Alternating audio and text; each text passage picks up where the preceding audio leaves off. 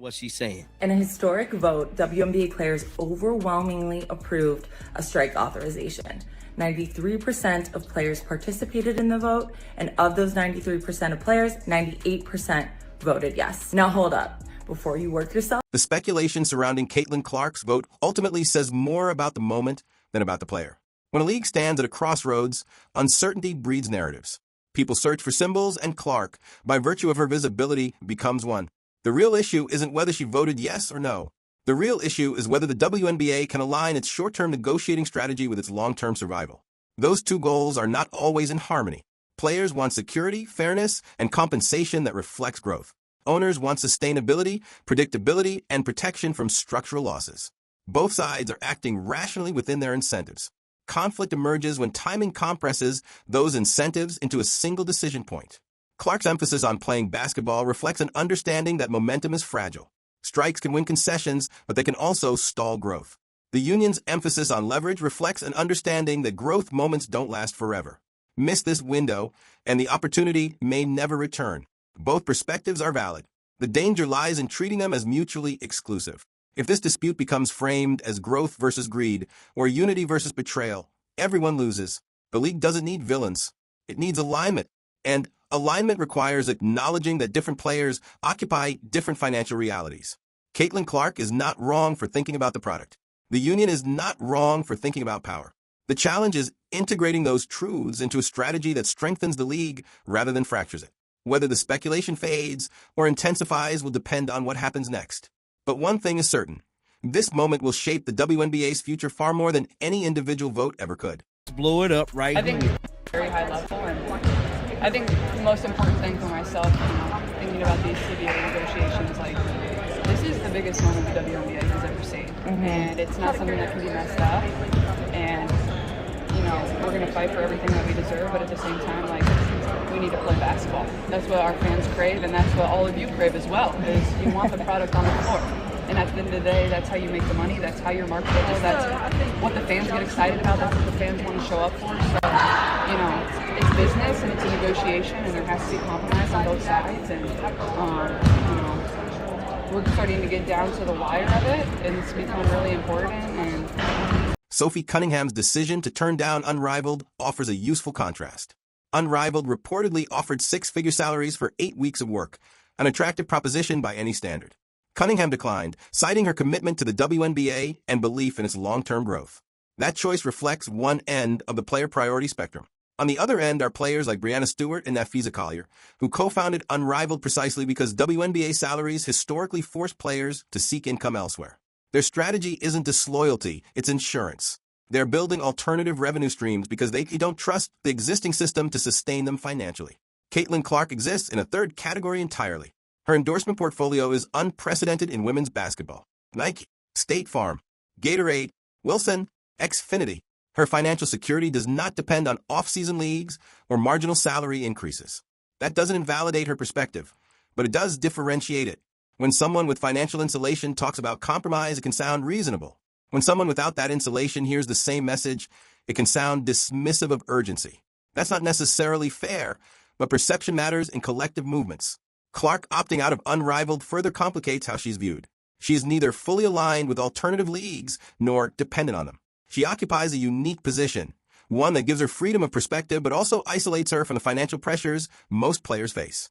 That gap fuels misunderstanding, and misunderstanding fuels speculation. Earlier today, on her X account, speaking about this, and she captioned this with Thursday, WNBA players approve a strike authorizing that saw 93% participation and a 98% vote yes.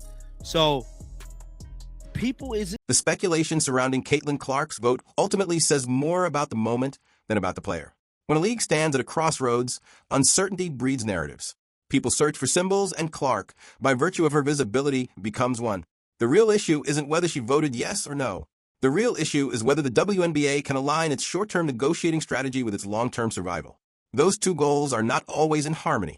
Players want security, fairness, and compensation that reflects growth. Owners want sustainability, predictability, and protection from structural losses. Both sides are acting rationally within their incentives. Conflict emerges when timing compresses those incentives into a single decision point. Clark's emphasis on playing basketball reflects an understanding that momentum is fragile. Strikes can win concessions, but they can also stall growth. The union's emphasis on leverage reflects an understanding that growth moments don't last forever. Miss this window, and the opportunity may never return. Both perspectives are valid. The danger lies in treating them as mutually exclusive.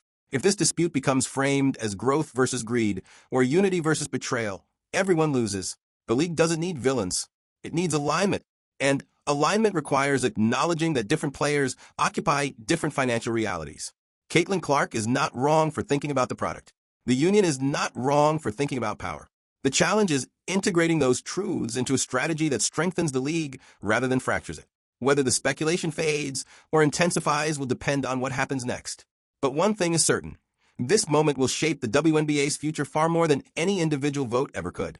Just came on record that she's not doing the Project B.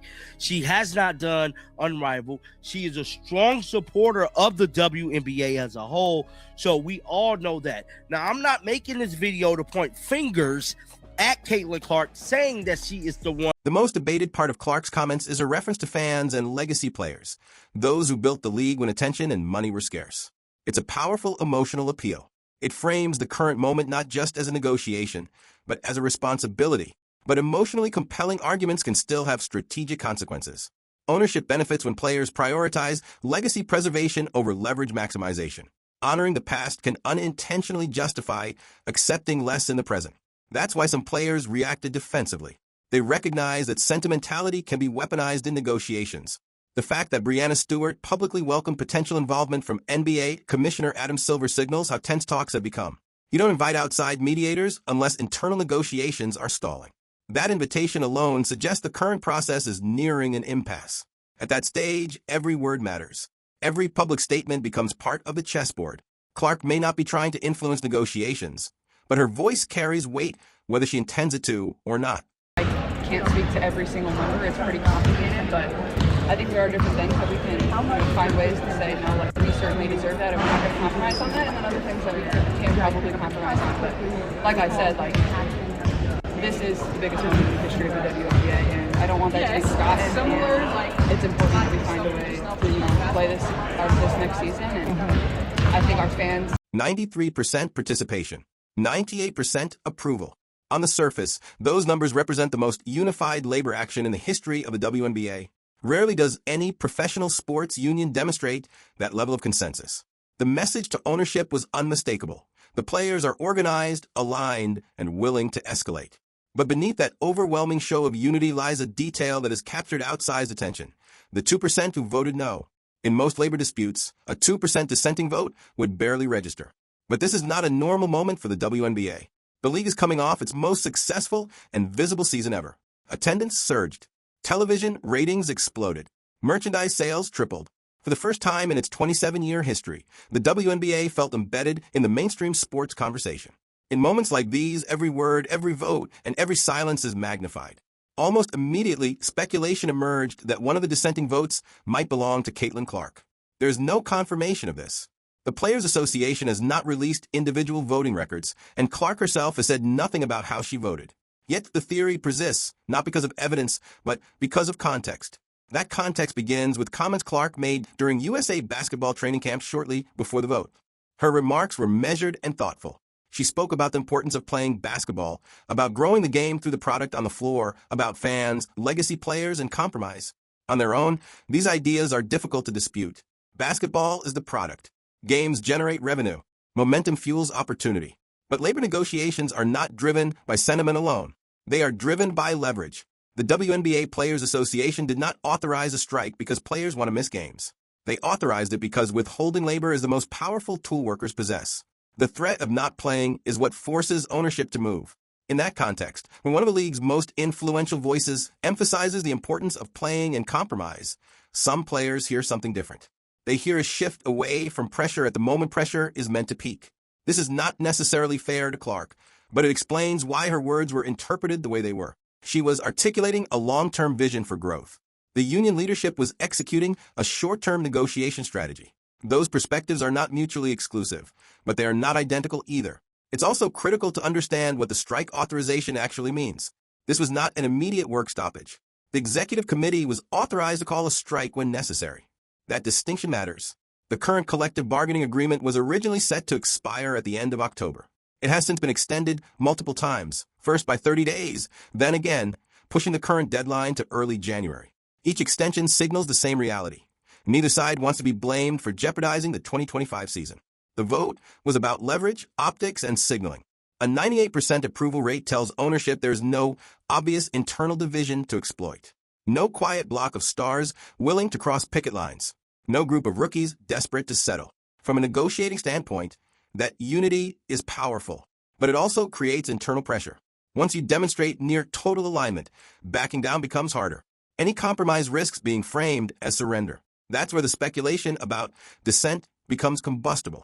Even the possibility that a small number of players view the current offer as workable introduces the idea that unity may be procedural rather than philosophical. And in high-stakes negotiations, perception can matter almost as much as reality. Financial context complicates everything further. The league has reportedly offered dramatic salary increases, raising average salaries to historic levels, increasing minimum substantially, and allowing top players to earn seven figures. From a historical perspective, these are transformative gains. But the players are pushing for structural change in the form of revenue sharing tied to a fixed percentage.